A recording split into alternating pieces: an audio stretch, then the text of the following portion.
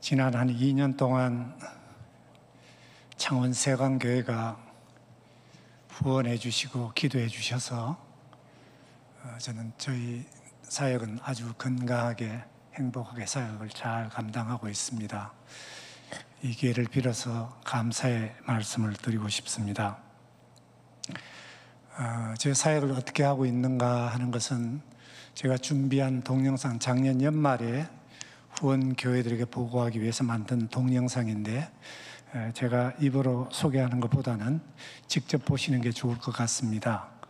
제가 하고 있는 사역은 크게 세 가지입니다. 하나는 급식 사역이라 해가지고 도시락을 만들어서 배고픈 사람들에게 나눠주는 사역, 일주일에 1440개를 만들어서 나누고 있고요. 또 하나는 학교 교육 사역, 기독교 교육 사역, 하나는 방과후 교실, 하나는 유치원, 하나는 유치원부터 고등학교까지 다 건축까지 다 끝이 나고 학교가 운영이 되고 세 곳에 학교 사역을 하고 있습니다. 그 다음에 또 하나는 작년 1월부터 시작된 사역입니다만은 무료 의료 봉사를 현지 실로암 병원과 함께 이렇게 지난 한 8년 동안을 계속해서 정기적으로 이렇게 사역을 했습니다. 그 사역을 보신 한 권사님이 그걸 좀 더 자주 해주라, 그 불쌍한 사람들에게 좀 더 자주 해주라 그래서 한국에서 버스 한 대를 사라고 1억 원을 보내주셔서 기아대책에서 그 버스 운영비랑 함께 버스를 이렇게 사줘서 매주 1회 의료 봉사를 나갑니다. 근데 지금 바이러스 때문에 인도네시아는 의료인들이 500명이 넘는 의료인들이 지금 사망했습니다. 간호사, 의사들이 500명이 넘습니다. 그래서 지금 자원봉사 하시는 분들이 돼서 저희가 생명버스는 지금 현재 멈춰 있는 상태입니다. 사실은 꼭 필요한 시기임에도 불구하고 인력 자체가 없어서, 제가 의사도 아니고 간호사도 아니기 때문에 그동안에 사역했던 그런 동영상들을, 사진들을 잠깐 좀 보시겠습니다. 준비되셨으면 들어주십시오. 급식 봉사할 때 우리 저렇게 인사합니다. 사랑합니다. 축복합니다. 아름다운 세상입니다. 새해 복 많이 받으세요.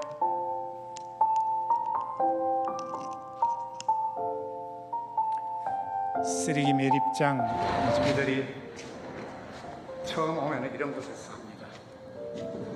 더운 나라니까요. 텐트만 천막만 치면은 살 수 있습니다. 무덤과 죽은 사람과 산 사람이 공동묘지죠.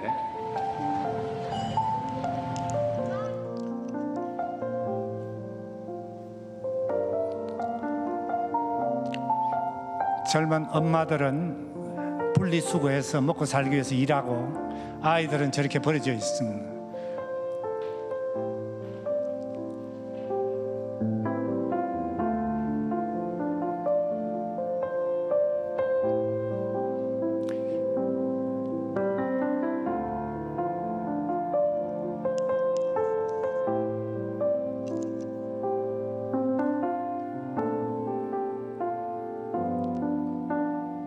건축된 유치원이죠. 예.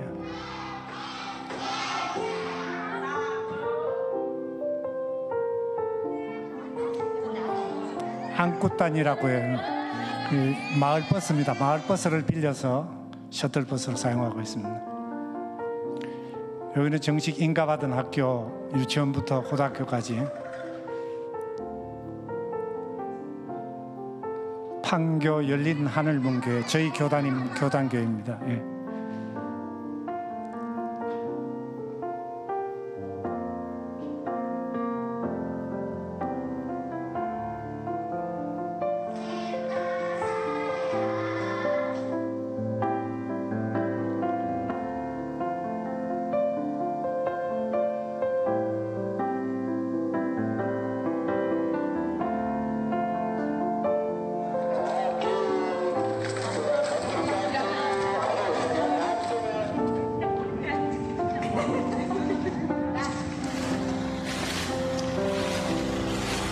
무작정 상경한 사람들입니다. 지금 먹고 살기 위해서 마스크는 지금 12만 장을 나눴습니다. 예.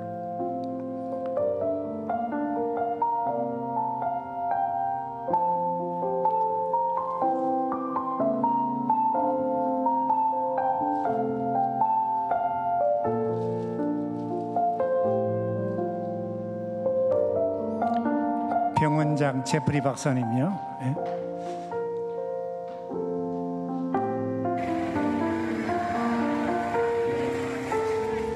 Dipakai ya maskernya. Pakai masker, pakai masker. 해마다 성탄절이 되면은 큰 나눔 축제를 합니다. 예. Mamanya dapat hadiah. 인도네시아는 언어가 다른 종족이 370개 종족입니다. 예.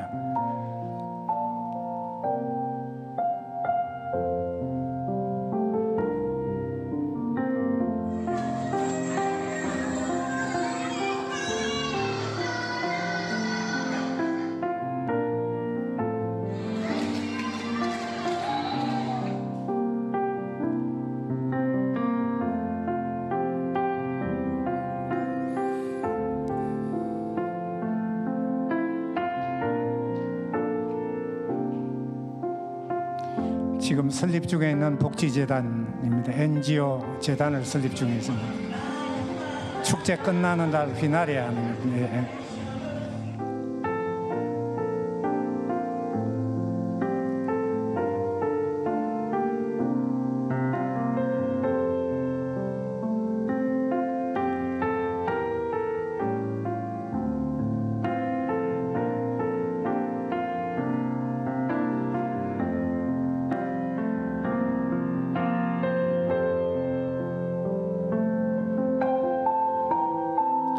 부산 극동방송입니다. 저기.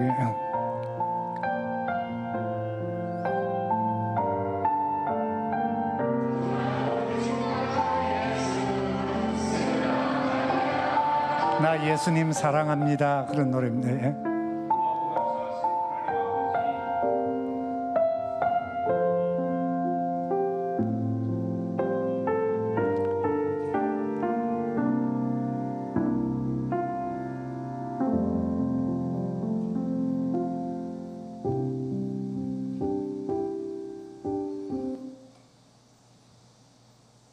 네. 네, 감사합니다. 저는 지금 선교지에 나간 지 딱 10년 됐습니다. 8월 8일 날 나갔으니까 지금 8월 오늘 1일이죠. 그죠? 딱 만 10년 됐습니다. 제가 말씀을 전하면서 오늘 본문 말씀 1장 27절 빌립보서 1장 27절 28절 말씀에 근거해서 여러분들에게 한 가지 질문을 드림으로 이렇게 말씀을 시작을 할까 합니다.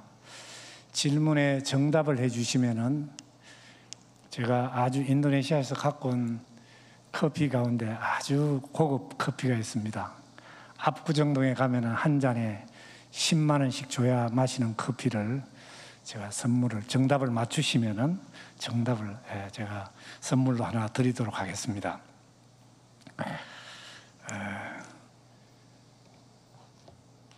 첫 질문은 아닙니다. 상품 받는 질문이 아니고요.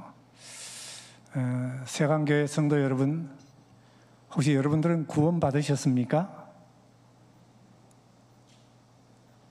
대답 안 하시는 분들은 뭐예요? 아직 안 받았다는 얘기입니까? 예. 이 질문에 답을 맞히시는 분입니다. 구원을 받으셨다면, 내가 구원을 받으셨다면은 그 증거가 무엇입니까? 제가 마음속으로 10번을 새기겠습니다. 예, 큰 소리로. 큰 소리로. 내가 구원받았다는 증거가 무엇이에요?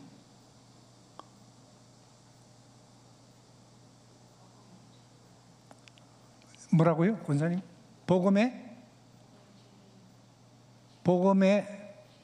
증인이 된다. 예, 근데 그 100%는 아닌 것 같아요.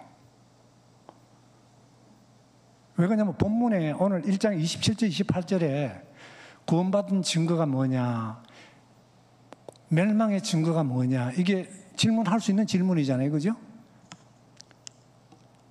누가 한번 말씀해 주실까요? 쉬운 건데. 예, 설교할 맛이 납니다. 그래도. 예.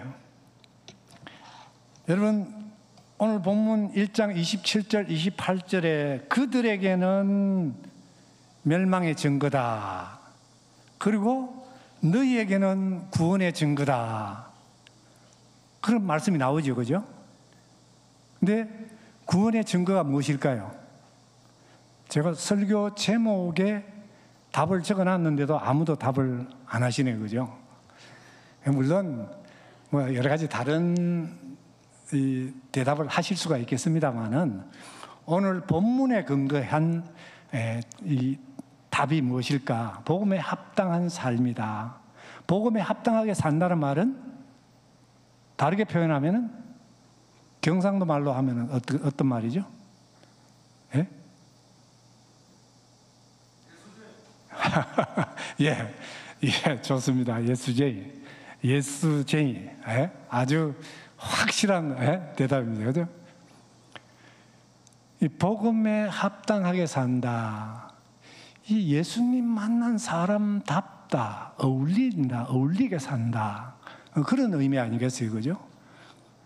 예수쟁이 같은 정답입니다. 제가 답하신 분이 누구시라고요? 목사님만 좀 알아주시면은 제가 목사님 통해서 이렇게 선물 하나 드리도록 하겠습니다. 예수쟁이 맞습니다. 그죠? 그런데 여러분, 빌립보 교회가 어떻게 해서 태동되었죠? 사도 바울이 사도행전 16장에 보면은 2차 전도 여행 가서 빌립보에 가서 노방 전도했죠. 그죠? 길 가다가 기도하러 가다가 누굴 만났죠? 비단 장수 루디아를 만났죠. 그죠? 루디아에게 최초로 복음을 전하기 시작하면서 그로 말미암아 사도 바울이 거기에 전도된 사람들을 중심으로 해가 모이기 시작한 게 빌립보 교회예요. 그런데 사도 바울이 서신 가운데 여러 지역에 여러 교회가 많지만은 유독 사도 바울은 생각만 해도 미소가 나고 생각만 해도 이렇게 즐거워지는 그 교회가 바로 빌립보 교회예요. 여러분, 어렵게 전도해가지고 교회가 없는 지역에 가서 전도가 그 전도된 사람을 중심으로 해서 교회가 태동이 돼가지고 교회가 아름답게 예쁘게 자라간단 말이에요. 그러면 전도한 사람의 입장, 이건 전도해 보신 분만이 느낄 수 있는 거예요. 제가 전도하신 분, 그러니까 소위 장애인이었는데 서울 영동교회 옆에 마담 포라라는 직장이 있었어요. 그 직장에 여러 직장인들이 근무하는데 장애인 한 부부를 그 의류회사이니까 이 바느질하고 하는 그 사람들을 점심시간에 따로 불러내가지고 복음 제시회가 영접했는데 지금 서울 영동교회 중직자가 되어 있어요. 서울 영동교회 가면은 꼭 찾아와가 저희인데 그렇게 인사를 해요. 그때 전도 폭발을 제자 훈련을 열심히 했거든요. 그 바울이 이 빌립보 교회를 생각만 해도 그렇게 흐뭇한 거예요. 교회가 그렇게 아름답게 자라가는데. 그런데 마음 한 구석에 뭔가 이게 바울이 마음을 아프게 하는 뭔가 소식이 들리는 거예요. 그게 뭔가 하니까 그 빌립보 교회 안에 두 분의 권사님이 계셨는데 유권사님과 순권사님이라는 분이 계셨어요. 아세요, 이름? 예? 유권사님과 순권사님. 빌립보 4장 2절 찾아보겠습니다. 시작. 4장 2절. 자, 같이 봅니다. 시작. 내가 요디아를 권하고 순두개를 권하노니 주 안에서 같은 마음을 품어라 그랬어요.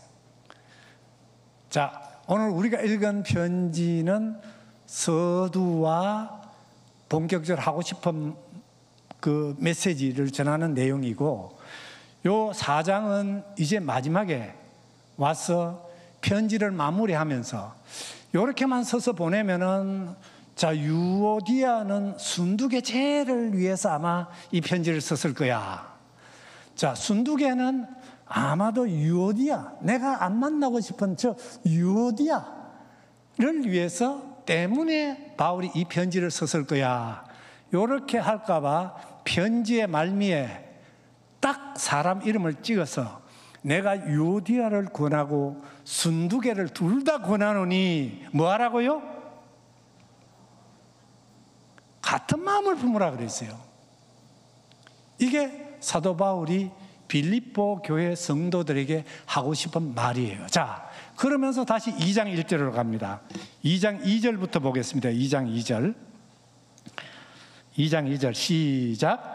마음을 같이하여 같은 사랑을 가지고 뜻을 합하며 한 마음을 품어 아무 열애나 다툼이나 허영으로 하지 말고 오직 겸손한 마음으로 각각 자기보다 남을 낫게 여기고 각각 자기 일을 돌아볼 뿐더러 또한 각각 다른 사람들의 일을 돌보아 나의 기쁨을 충만하게 하라. 자, 바울은 참 기쁜 거예요. 빌립보 교회만 생각해도 기뻐요. 그런데 한 가지 마음에 걸리게 만드는 일이 있었는데, 나의 기쁨을 있긴 했는데 내 가슴 속에 기쁨이 아주 흘러넘치게 좀 해라. 유오디아야, 유건사야, 순건사야, 니네 둘이 갈등하지 말고 한 마음을 품어라. 이러고 편지를 마무리를 하는 거예요. 자, 그러면서 제가 5절까지도 사실은 대부분의 목사님들 설교 본문을 자를 때 4절까지 자르고, 그리고 5절부터 다시 또 이렇게 11절까지 이렇게 자르는데, 저는 5절까지만 다 자르고 싶지만 제가 이렇게 다 설교로 말씀을 드릴 수 없으니까 5절까지만 했어요. 그 같은 마음이, 자, 너희 안에 이 마음을 품어라. 예? 곧 누구의 마음? 예수 그리스도의 마음이라는 거예요. 자, 막연하게 예수 그리스도의 마음이다 이렇게 말씀드리니까 여러분 좀 막연하죠, 그죠? 그런데 바울이 보세요. 여러분 그 시편 119편을 잠깐 한번 보세요. 시편 119편. 자, 성경 장 가운데 가장 긴 장이 시편 119편이에요. 절수로 따지면은 몇 절까지 나가나요, 이게? 예? 예. 176장 6절까지 나가네요. 자, 이렇게 긴 장이 있는데, 이 긴 장이 가장 길게 적고 있는 이 성경의 장 가운데 뭐 한 가지를 강조를 하고 있어요. 뭘까요? 예? 계속해서 매 절마다 반복해서 나오는 게 있어요. 뭘까요? 자, 보세요. 행위가 온전하여 여호와의 율법을 따라, 그 다음에 2절에 여호와의 증거들을 따라, 그 다음에 4절 보니까 3절에는 주의 도를, 그 다음에 4절에는 주의 법도를, 주의 율례를, 주의 계명에. 자, 사실은 율법 하나님의 말씀을 강조하는 거예요. 그런데 이게 마지막 176절까지 계속해서 반복해요. 이게 뭐냐면은 하나님께서 저 중건동 지방의 헬라 문학이나 히브리 문학의 특징이 뭘 강조하고 싶을 때는 이렇게 반복해요. 이 성경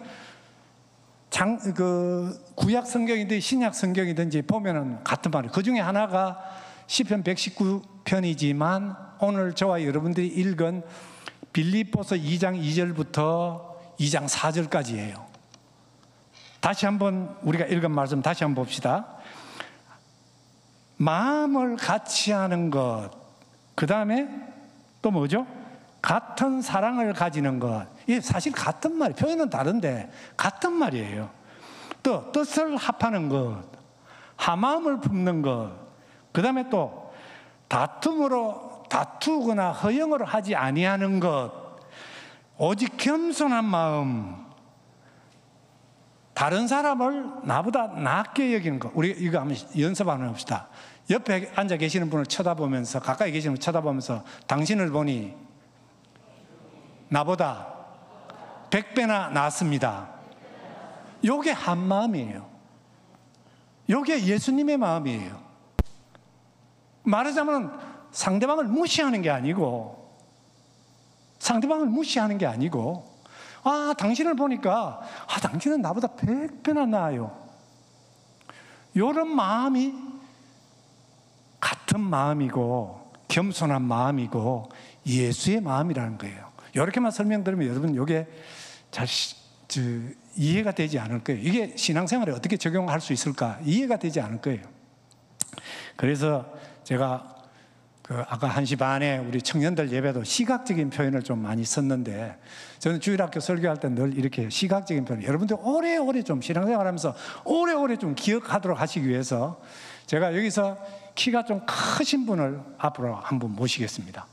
키가 좀 제일 크다고, 우리 교회 세관교회에서 제일 크다고 생각하시는 남자분이면 좋겠습니다. 빨리 자원해서 나오십시오. 앞으로. 예, 나오세요. 좀 도와주세요. 예. 그 다음에 한 분, 여성분 가운데 나는 키가 좀 작아 하시는 분 앞으로 한 분 나오세요. 예. 자, 빨리 후딱 두 분 나오세요. 예? 빨리 나오세요, 빨리. 좀 도와주세요. 예, 설교를 도와주시는 겁니다. 예. 키가 작으신 분도. 예. 여기 좀 올라와 주세요. 왜냐면, 자, 제가 이거 좀 올라와 주세요. 예. 두 분 다 제가 있는 높이까지 올라와 주세요. 네, 위로 올라오세요. 예, 감사합니다. 위로 올라와 주세요. 예. 자, 여기 가까이 이쪽. 너무 가까이 하지 마시고 방역수칙 지키면서 2m 거리 지키고 서로 마주 쳐다보세요. 예, 마주 쳐다보시고, 자, 두 분이 눈높이를 한번 맞춰보겠는데, 예? 키가 작으신 분이 키 큰 사람 눈높이를 한번 맞춰보세요. 수단과 방법을 가리지 말고, 예, 눈높이 한번 맞춰보세요. 펄쩍 뛰든지 뭐 한번 해보세요. 한번 뛰어보세요. 하나, 둘, 셋, 펄쩍 뛰어보세요. 안 돼요? 아예 포기하시는 것 같아. 눈높이, 눈의 높이. 쳐다보지 말고 높이를 한번 맞춰. 예, 한번 맞춰보세요. 잘 돼요, 안 돼요? 안 되죠, 그죠? 그 다음에 키가 크신 분이 한번 맞춰보겠습니다. 예, 쉬워요, 그죠? 이렇게 있으니까 불편하지요? 그러면 키가 크신 분이 계단을 하나 내려가 보세요. 예, 한번 쳐다보세요. 눈높이가 맞아졌습니까? 딱 맞아졌어요, 그죠? 여러분, 이 그림을 잊지 마시길 바랍니다. 이 키를 가지고 제가 여러분들에게 설명을 드리는데, 감사합니다. 들어가 주십시오. 여러분, 우리 예수님은, 제가 이 마이크가 이런 게 있었으면 참 좋겠는데, 제가 육성을 할게요. 우리 예수님은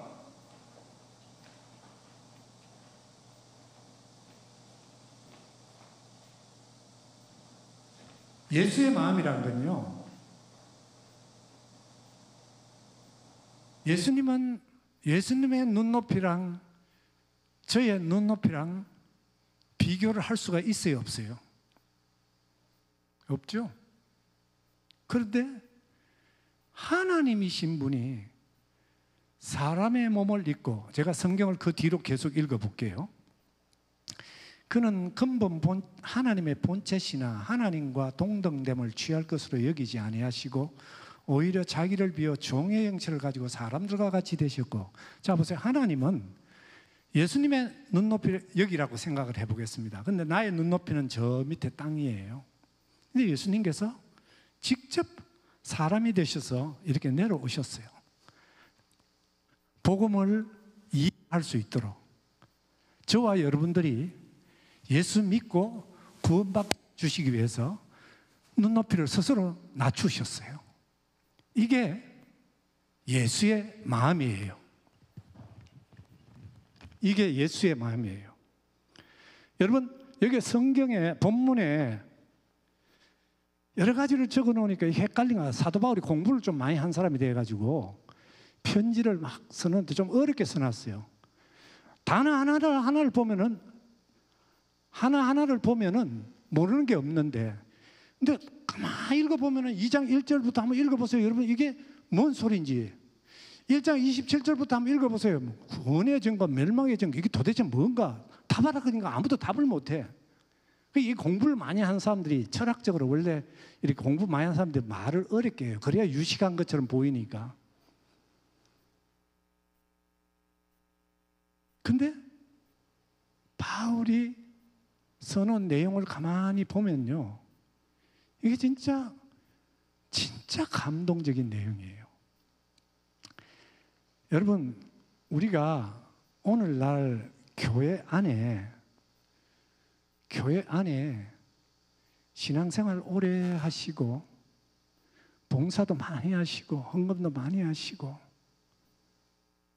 제가 일부에 아까 설교 때 드렸는데 서울에 제가 좀 큰 교회, 유명한 교회예요.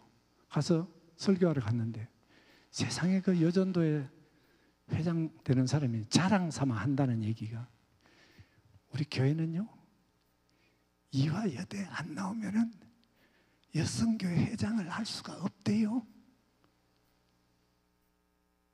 이화 여대 나오신 분 계시면은 용서하십시오만은, 여러분 그게 교회예요.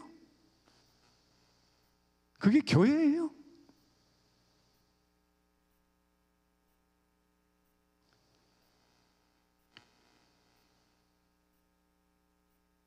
여러분, 교회는 키가 큰 사람,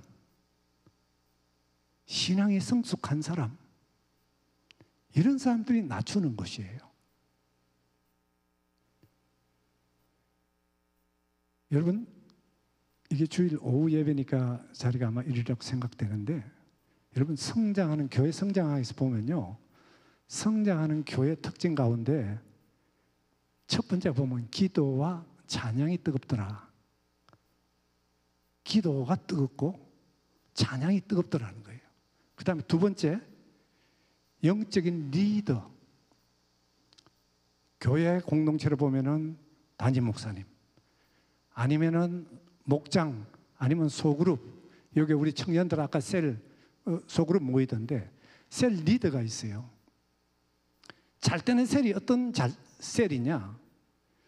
셀원들이 우리 리더 최고야, 멋있는 사람이야, 아주 열심히 봉사해. 이렇게 밖에 나와서 자랑하는 그 셀이 잘 될까요? 아니면은 우리 셀 저 양반 뭐 술도 먹고 담배도 피우고 형편없는 사람이야, 물론 그러지 않겠지만 이렇게 욕하는 그 사람, 그 셀이 잘 될까요? 이게 교회 성장, 이거는 이론이 아니고 성장학자들이 교회를 표본 조사를 해가지고 1000개가 넘는 교회를 조사를 해가지고 통계학으로 나온 거예요. 그러니까 기도와 찬양이 되어 있고 영적 리더를 자랑하고, 그 다음에 또 세 번째가 보니까 뭐 여러 가지 10개, 10몇 개가 있는데 지금 자리 배치 있잖아요. 그죠? 자리 배치. 이 성장하는 교회 뒷자리에 3분의 1은 비워둔대요. 성장하는 교회 특징이 통계학상으로. 왠고하니까 처음 오거나 신앙이 어린 사람이 왔을 때, 예를 들어 교회 장로님이 맨 뒷자리에 앉아 계신다. 그분이 그 사람 앞에 와서 앉기 편하겠어요? 안 편하겠어요? 교회 방문자가 그런 분들 앞에 가서 앉기가 되게 거북해요. 근데 성장하는 교회는 다 앞으로 강단을 중심으로 해서 부채살 모양으로 이렇게 3분의 2 정도로 이렇게 모여 앉고, 나머지 3분의 1은 적어도 서너 줄은 처음 오고 늦게 오는 사람들 위해서 배려해 주는 거예요. 이게 키가 큰 사람이 키 작은 사람들을 배려해 주는 거예요. 눈높이를 낮추는 거예요. 굉장히 중요한 거예요. 이게 아무것도 아닌 것 같지만요, 여러분 저는 선교사이기 때문에 참 많은 교회를 다니잖아요. 그 교회 보면은요, 눈에 선명하게 보여요. 이게 교회 안에서 키가 큰 신분, 신앙생활 오래 하시고 중직자가 되신 여러분들이 손수 낮출 수 있어요. 판교 열린 하늘문 교회 저 학교 총 한 1억 6천들이가 학교를 그 유치원부터 초등학교까지 다 지었는데요. 그 교회 지난달에 설교하러 갔어요. 근데 세상에 교회 판교에 있는 신도시에 있는 교회들이 다 비투성이거든요. 요새 바이러스 때문에 되게 힘들 거예요. 엄청난 규모로 다 지어놨는데 판교의 전 주변이 교회에 다 들어가도 앉을 수 있대요. 그만큼 교회 자릿수가 많다는 거죠. 교회도 많고. 그런데 지금은 이 큰 교회들이 이단으로 넘어가는 교회, 하나님의 교회로 넘어가는 교회들도 있어요.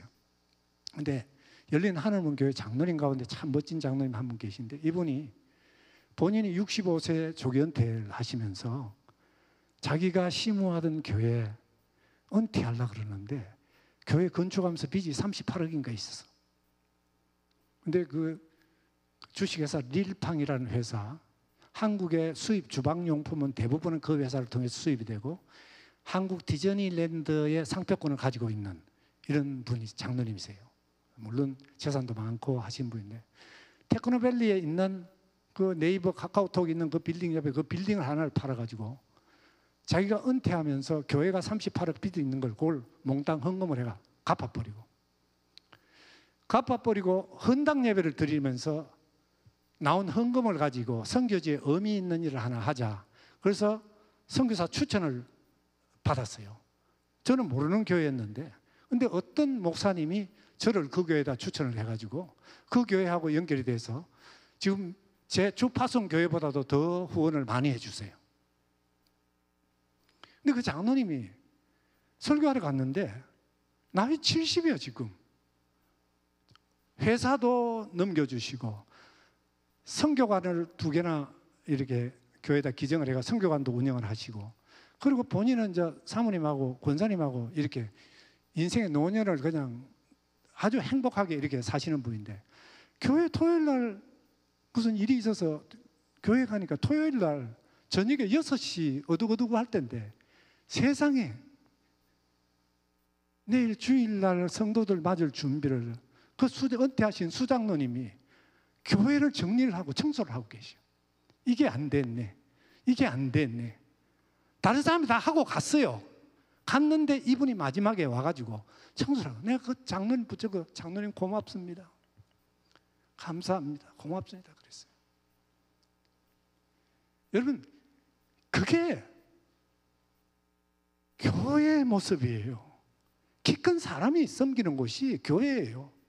우리 장로교가 잘못 들어왔어요. 화란에서는요, 장로 임직 받으면은 회사에 가서 나 한직으로 좀 보내줘. 나 교회 시무장로로 시무해. 신방하고 뭐하고 해야 되니까 나 회사에서 좀 한직으로 좀 보내줘. 일 많은 부서에서 좀 보내달라면 회사에서 보내준대요. 시무하는 동안, 3년 동안 시무하는 동안에. 그럼 이게 장로 직분이에요. 이게 성경이 말하는 예수의 마음, 섬기는 마음이에요. 나는 여러분, 제가 황은선 목사님, 제가 오늘 2번째로 얼굴 뵙습니다만은 발리에서 우리 선교 대회 할 때 잠깐 지나면서 한번 인사한 거 외에는 저는 이 교회 아시는 분, 아까 어느 장로님 한 분이 페이스북 친구가 돼서 저에게 인사를 하셔서 제가 참 반가웠습니다만 아시는 분 한 분도 없었습니다.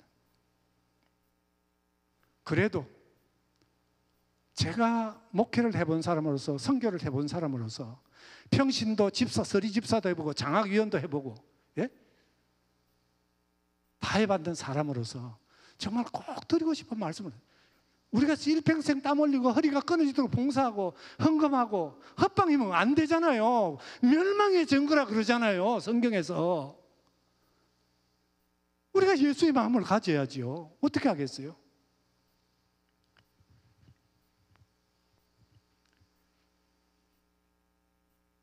여러분, 이 눈높이를 낮추는 것은 가정에서도 마찬가지예요. 오늘날 부모와 자식 간에, 시어머니와 며느리 간에, 형제와 형제 사이에 갈등이 얼마나 많으냐. 제가 꼭 드리고 싶은 말씀입니다만 이거는 우리 교회 이야기 때문에 말씀을 못 드리겠습니다. 세상에서, 한국에서 10손가락 안에 개인 재산세를 많이 내시는 분인데도 집안이 완전히 콩가루 집안이에요. 왠지 아세요? 재산 상속 잘못한 때문에. 연세가 많이 드셔서 원사님을 사별하고 새로운 결혼을 했어요. 그런데 새로 들어온 젊은 부인이 그 재산을 싹 나바쳤어요. 자식들하고 새로운 부인하고 소송을 해가지고 수년 동안 소송이 계속돼요.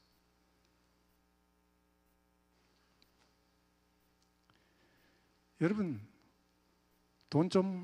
저도 좀 살았습니다. 옛날에 강남에서 집도 가지고 있었고 강남에 회사도 가지고 있었고 분당 아래 천당 아래 분당에 땅도 한 500평 가지고 개발되기 전에 은퇴후에 가서 전원주택 짓고 살 거라고 땅도 한 500평 가지고 있어. 은퇴해서 죽을 때까지 먹고 살 돈 벌었어요. 부가 뭔지 쾌락이 뭔지 제가 서리 집사 때 경험을 했었어요. 근데 저는 제가 예수님을 만나는 순간에 그게 아무것도 아니더라고요. 어떻게 눈에 보이는 재산 가지고 있으면서 눈에 보이지 않는 예수님 하나님을 의지하겠어요? 물론 여러분 혹시 저는 목사 안수 받으면서 제가 안수 받는 날 그 다음 주일날 다 드렸거든요. 하나님 앞에. 지금은 세상에서 제일 가난한 사람 가운데 가난한 사람이에요. 그러나 제가 가난하게 살지 않아요. 일주일에 1,440명 먹여요. 학교를 학생들 300명, 교사 30여 명 운영해요. 의료 혜택 못 받는 사람들 진료해주고 마스크 나눠주고 D3 바이러스 치료제 D3 바이타민 비싸요. 나눠주면서 살고 있어요. 돈을 많이 가져서 하는 거예요? 저는 없어요. 들어오면 나가요. 저 부자로 살아요. 세상에 한국은행, 인도네시아 한국은행에 다니는 인도네시아 매니저 한 사람이 제 후원자인데 인도에 현재 안드레라고 한 달에 한국 돈 45,000원씩 내는데 후원해줘요. 저보고 삼성에 취직 좀 시켜줘. 삼성에 취직 좀 시켜달래. 왜냐? 재벌들이 다 나와 있거든요. 제가 재벌 아들인 줄 알아요. 인도네시아 현지인들은. 집이 없다 그러면요 이해가 안 돼요. 달세 살거든요. 근데 왜 집 안 사냐 이거예요. 이렇게 많은 사람 도와주는데 왜 당신은 집 안 사냐? 저 가난하지 않아요. 마음은요 세상에 어느 누구보다도 부하게 살아요. 여러분 이 눈높이를 낮춘다는 것은요 기적의 비결이라 그럴까?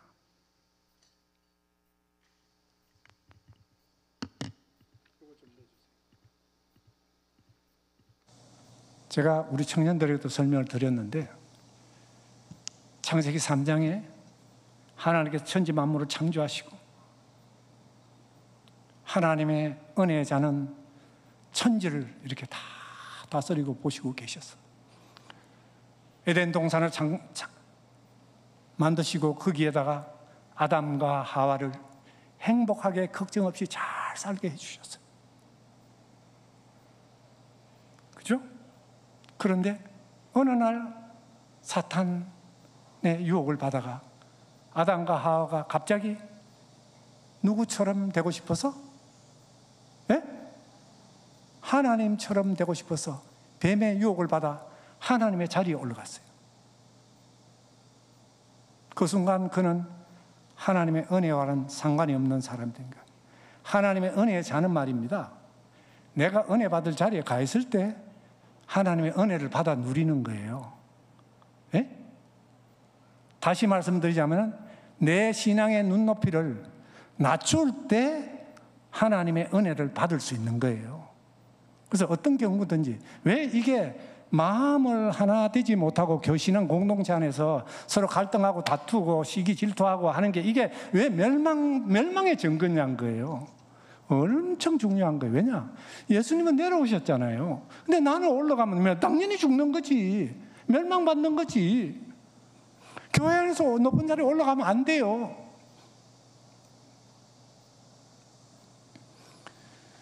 제가 송파 요양병원에,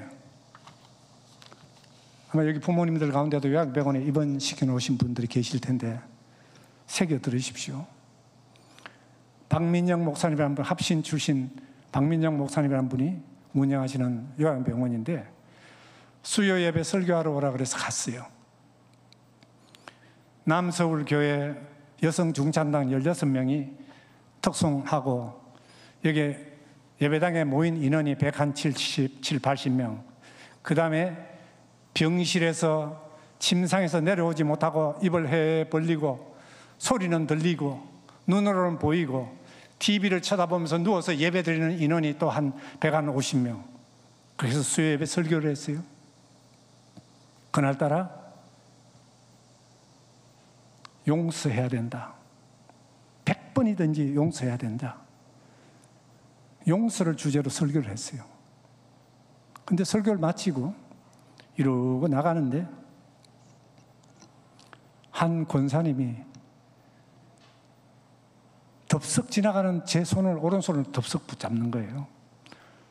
보니까 막 완전히 눈티 반티 돼가 눈이 붉어가 눈물을 질질 흘리면서, 목사님, 내가 웃자지요. 내가 웃자지요. 말도 잘 안 돌아가면서, 혀도 안 돌아가면서 웃자지요. 그래서 이거 그냥 가서는 안 되겠다 싶어서, 왜 그러세요? 그러니까 내가 권사인데 웃자지요. 내가 낳은 자식을 미워하고 저주까지 했다. 1년이 넘도록 그 자식이 미안해하라 하면 안 왔다고. 얼마나 보고 싶었던 그 마음이, 감정이 이제 미움의 증오로 변해가지고 자식을 저주했다는 거예요. 근데 내가 설교 중에 용서해야 됐다 그러니까 그게 이제 가슴에 와서 닿았나 봐. 울며 불며 이거 왜 해야 됩니까? 내보. 그래서 박 목사님 전화기 주세요. 어머니 전화 한번 해보시라고. 아들도 여기 어디서 뭐 꺼내는데 보니까 아들 명함이 보니까 무슨 개인 병원이야. 병원 원장이야. 얼마나 꺼냈다 넣었다 봤으면은 그 자식이 보고 싶을 때마다 명함 꺼내가지고 보면서 그걸 가지고 디딕 눌리는데 띠링 전화가 전화를 받았어. 간호사가 받았어. 아무개 무슨 병원이다 그런데 누구 아무개 원장 좀 바꿔달라고.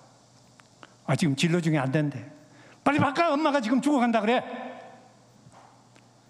그러니까 간호사가 들고 들어가서 폰을 바꿨어. 제가 시켰거든요.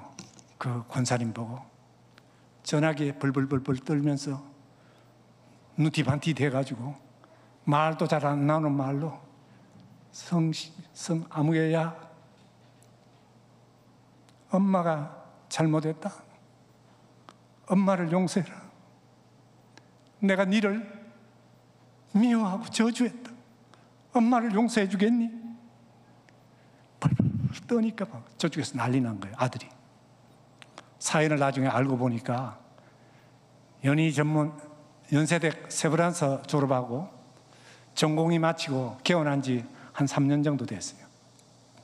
여러분, 서울에 장안에 개인병원 오픈했으니까 얼마나 경쟁력이 치열합니까? 종합병원들 뭐 다 있는데 거기서 살아남기 위해서 막 죽을 고생을 하고 병원을 운영하는데 바쁘다 보니까 몇 달 면회를 못 온 거야. 근데 엄마가 느끼기는 1년이 넘은 거예요. 엄마 마음은 아들이 1년이 넘어도 나를 안 찾아오는구나. 내가 먹을 거 안 먹고 입힐 거 안 입히고 이 자식 공부시켜가지고 의사시켜놓으니까 장가 보내놨더니만 저 자식하고 저들끼리 잘 먹고 잘 산다고. 그리고 나가서 박 목사님하고 점심 먹고 인도네시아 갔습니다. 한 석 달 후에 그 박 목사님이 저에게 아무개 권사님이 소천하셨습니다. 그리고 감사의 마음을 전해달라고 수중에 가지고 있던 10,000원짜리 50,000원짜리 선교사님 얼마인데 선교사님 보내드립니다.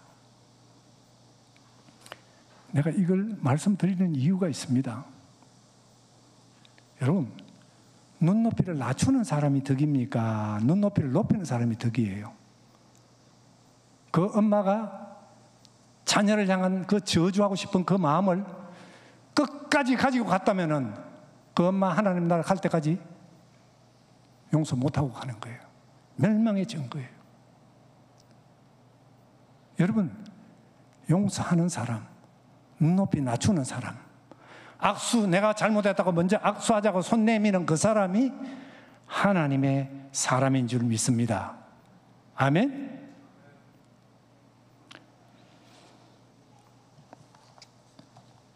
시간 됐죠?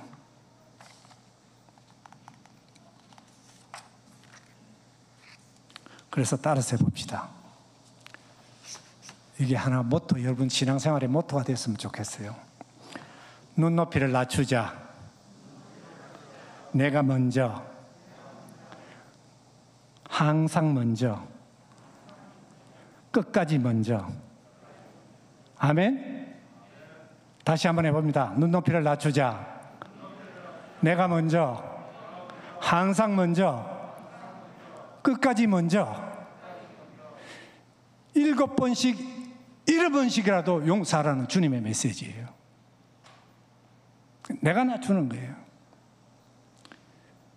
그래서 여러분들의 신앙생활이 행복하고 감사와 기쁨이 넘치는 복된 신앙생활이 될 수 있기를 주의 이름으로 축복합니다. 준비된 메시지가 하나 더 있는데 시간 관계상 그만할까요? 어떻게 할까요? 하나 더 할까요? 네, 감사합니다. 우리 방송실에 준비된 그 메시지 편지 하나 준비해 주세요. 요한복음 12장 24절에 잠깐만요. 한 알의 밀이 땅에 떨어져 죽지 아니하면 한 알 그대로 있고 죽으면 많은 열매를 맺느니라 그랬습니다. 저는 이 성경 말씀을 읽으면은 제가 9월 3일 날 인도네시아 출국하기로 결심을 했습니다. 가는 이유는 지금 가서 마스크도 좀 더 나눠야 되겠고 종합 비타민 D3 바이러스 치료용 D3 제가 나눌 때 9,000원씩 샀는데 지금 9,000 한국 돈 그러니까 한국 돈 9,000원 아니죠. 한국 돈 9,000원씩에 샀는데 한 케이스에 지금 한 케이스에 25,000원까지 올라 있습니다.